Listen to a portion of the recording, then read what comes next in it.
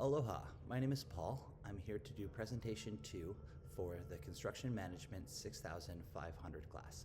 Today's presentation focuses on one of the most important aspects of workplace safety, managing personal protective equipment. Specifically, we're going to talk about electrical work and therefore electrical PPE.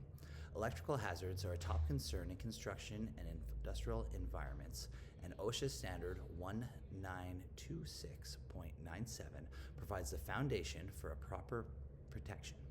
Let's look at what those risks are, the essential PPE involved, and how we can ensure safe and compliant use. Electrical work can expose workers to a variety of serious health risks. These can include electrical shock, burns, arc flash injuries, and even electrocution. Arc flashes in particular can generate temperatures of as high as 35,000 degrees Fahrenheit, enough to vaporize metal. Long-term exposure to low-level shocks can also lead to nerve damage. These risks highlight the need for strict PPE standards to protect workers' lives and long-term health. To protect against these hazards, several types of PPE are commonly used. First off, we got insulated gloves and sleeves. These are required for all live electrical work and must meet the ASTM D120 and D1051 standards. 2, arc-rated clothing. So this is flame retardant coveralls or shirts and pants that can resist high heat and flash burns. 3 would be dielectric footwear. These are boots that have extra rubber on the bottom to help prevent from grounding and therefore electrical shock. 4, face shields and arc flash hoods. These are protect face from burns and intense light during arc flashes. 5, hard hats with special electrical ratings, so Class E type hard hats with protection up to 20,000 volts. All PPE must be appropriately rated for the voltage and task. Now, let's talk about proper use and maintenance, which is just as important as having the correct PPE itself. First off, we have visual inspections. So PPE, such as rubber gloves and sleeves, must be inspected before each use. We need to look for cuts, we need to look for tears, we need to look for ozone damage.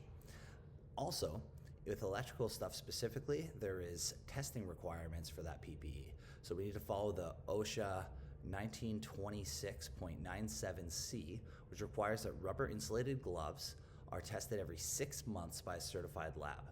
There's also time use limitations, so gloves that haven't been used for 12 months must be retested before they can be used.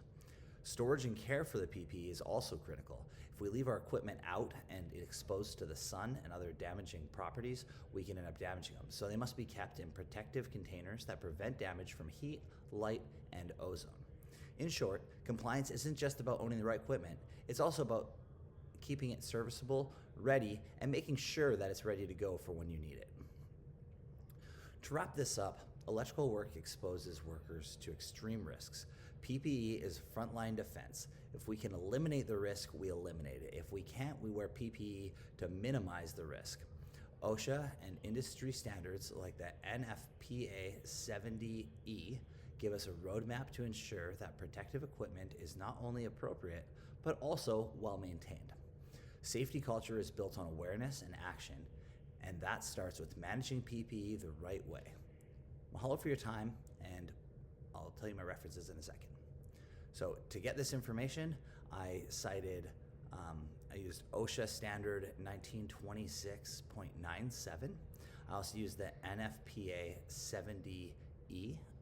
I used the ASTM D120 and the F496 for testing and use standard for rubber PPE. And I also used the Honeywell 2024 catalog. Thank you for your time. Have a great day.